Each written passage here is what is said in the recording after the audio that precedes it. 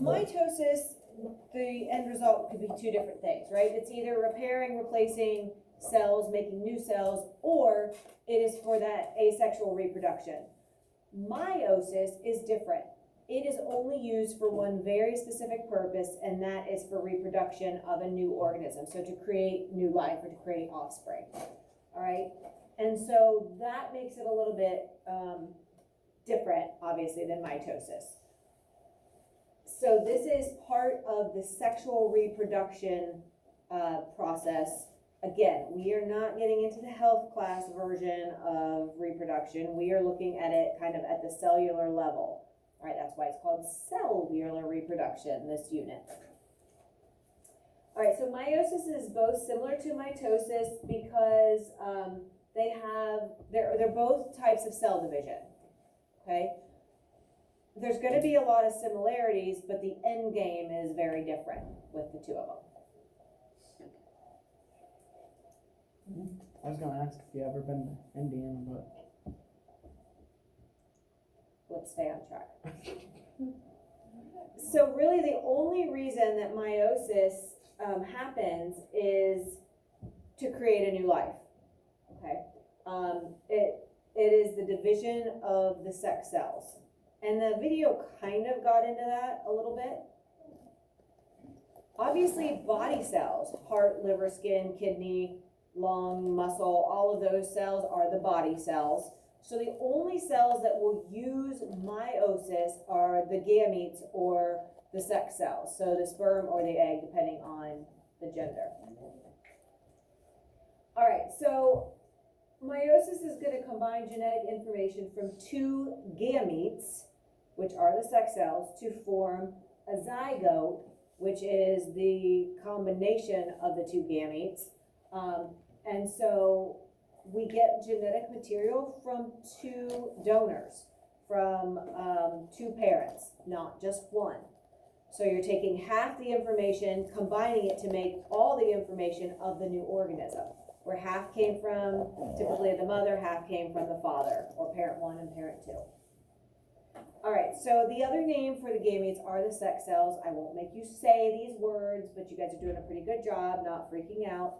Egg for female, sperm for the male, and each of these have half of the genetic information. Here are some advantages. This is what gives us all of our variation within a population. So if everything were clones, everything would be alike, and so you get no variety. Last unit we talked a lot about why variety might be a good thing. If an environment changes, if the climate changes, if there's some kind of drastic weather event, all the organisms are the same and the change is bad, then they're all probably going to be affected negatively. If nothing really changes and they're doing good, then that's great. Like, it's not really helping, it's not really hurting. But it's only when something changes, are the organisms still fit for that environment that has now changed, right? This allows for that. This allows for variety, for variation. And if you think about, like, within your own family, you and your siblings, if you have any, that you might have similarities, but you're also very different. That's the variation we're talking about. If you have the same genetic parents, you have similarities, but you're not a clone of your parents, and you're not a clone with your brothers and sisters.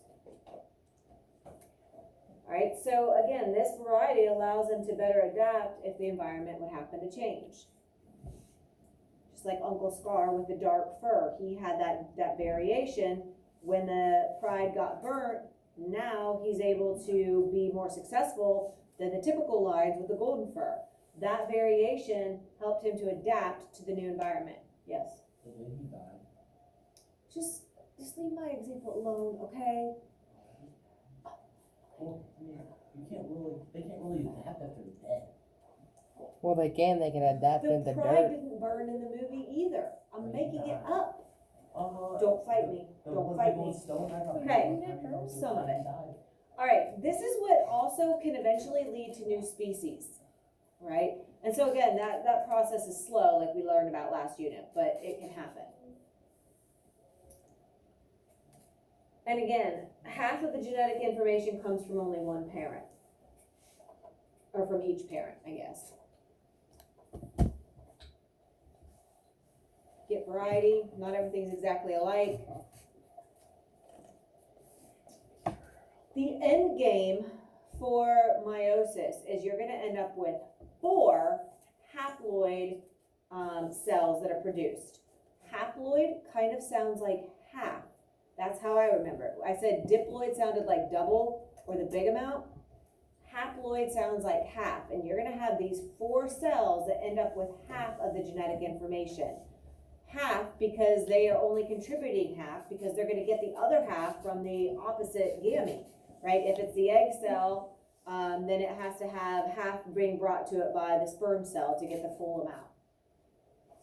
And again, if you think about it logically, which you guys have been doing a good job this year thinking about things through kind of logically, if the gametes had the full amount, when an egg cell and a sperm cell combine their genetic information, you'd have double the information that's needed. You don't need double the amount, right? You need just the full amount. So bringing half and half to the table provides the new organism or that new cell to have the full amount when they combine. Okay, I'm gonna go through this process quickly. It's a lot like mitosis, but then it goes through a second division.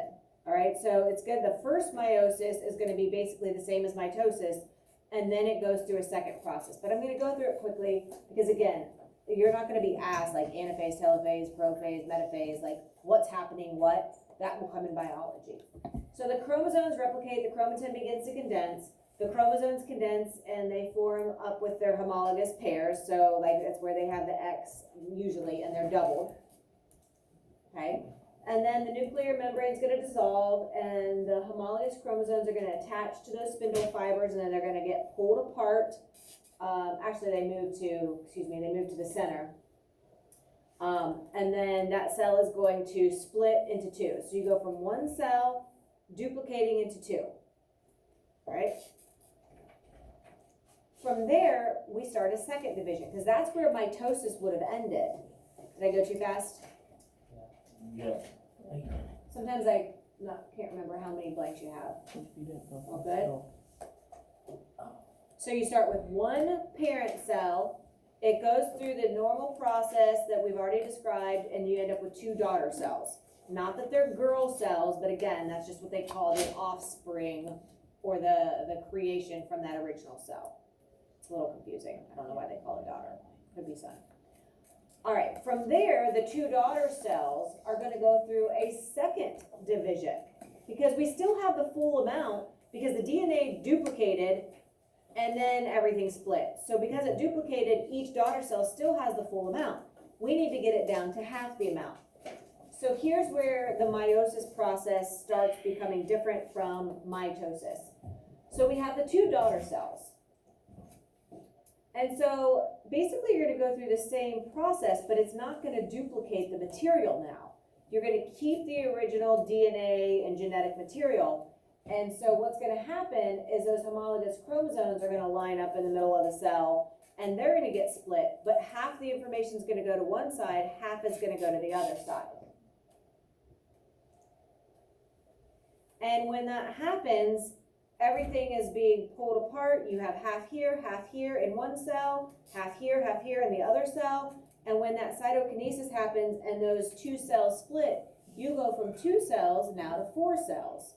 And each cell that's left has only half of the genetic information that you started with. So one original cell goes through meiosis 1 and gets up 2 daughter cells that are genetically identical that have the full amount of DNA. Then those 2 cells are going to go through meiosis 2 and the information is not going to duplicate, it's just going to split in half. So you end up with a total of 4 cells, each with half the genetic information.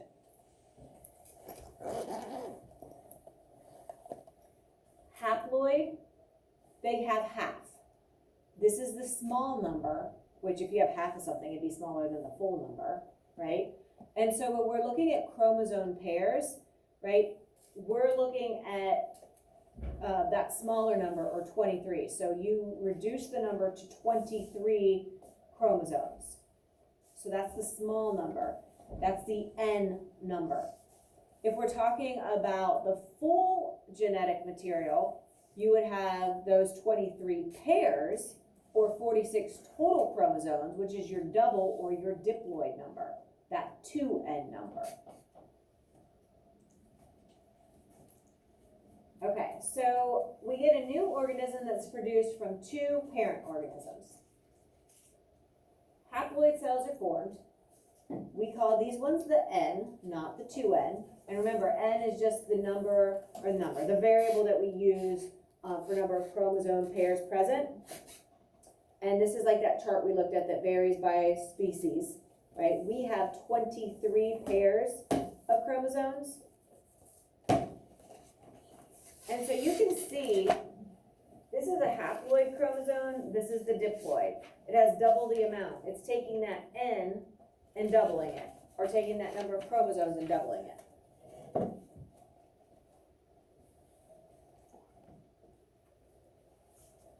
It's only going to have one set of the chromosomes. It's not going to have the full set, because it has to combine with the opposite gamete to get the full amount.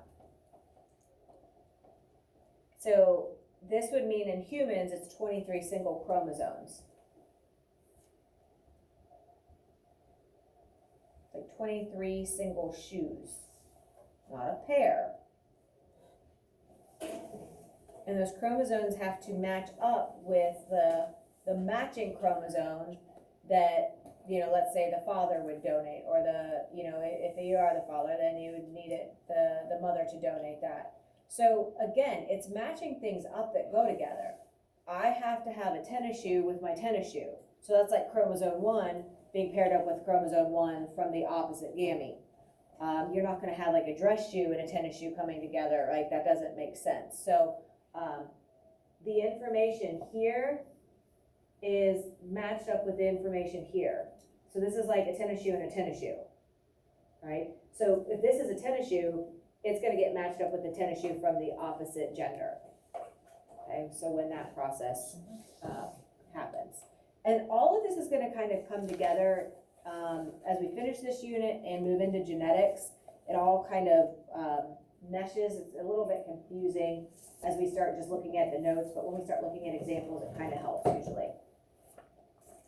Okay, so we know that meiosis is not perfect. Just like there were mistakes or errors made in mitosis, there are also errors made in meiosis. Okay. Sometimes chromosomes can be damaged or deleted. That could cause big issues depending on specifically which chromosomes they are. We'll look at that a little bit more next unit too. This is what can lead to some genetic disorders.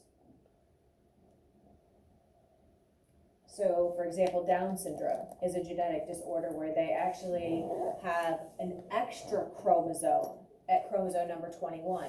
So you would think more is better. But if you think about DNA being like the instructions, and that's what the DNA is basically what makes up our chromosomes. So if you have extra instructions, it gets confusing. So let's say dad is giving you a bunch of directions and mom's giving you a bunch of directions, and then you have grandma come in and give you even more directions, and you're just like, wah! Right? You like overload. It gets everything out of whack and confusing.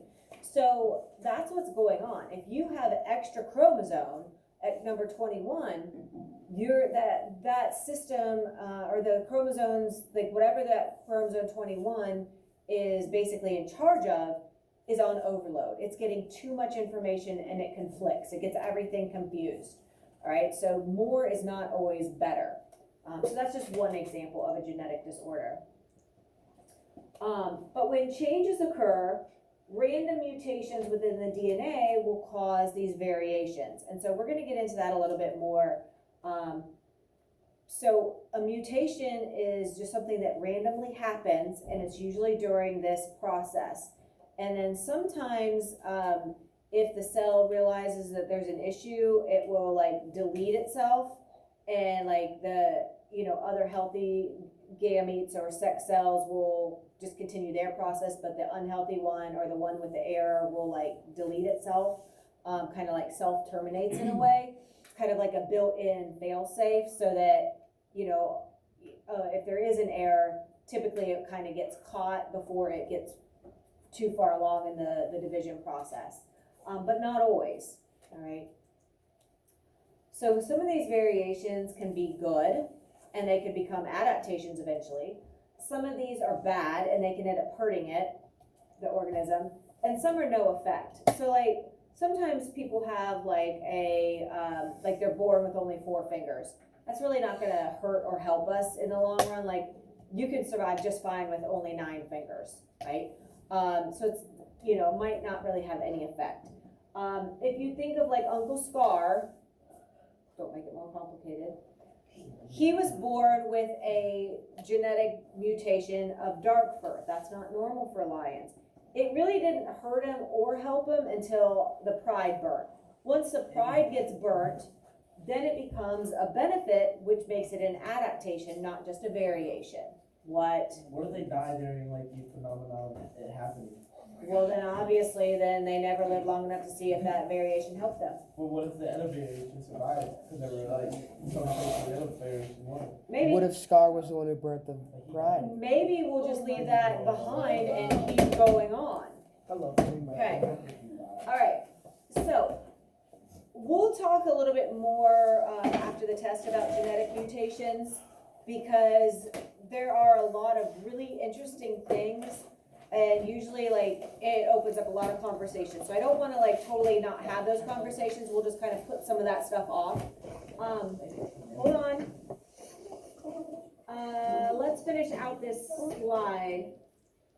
Because, again, this is information that we've really kind of already covered last unit.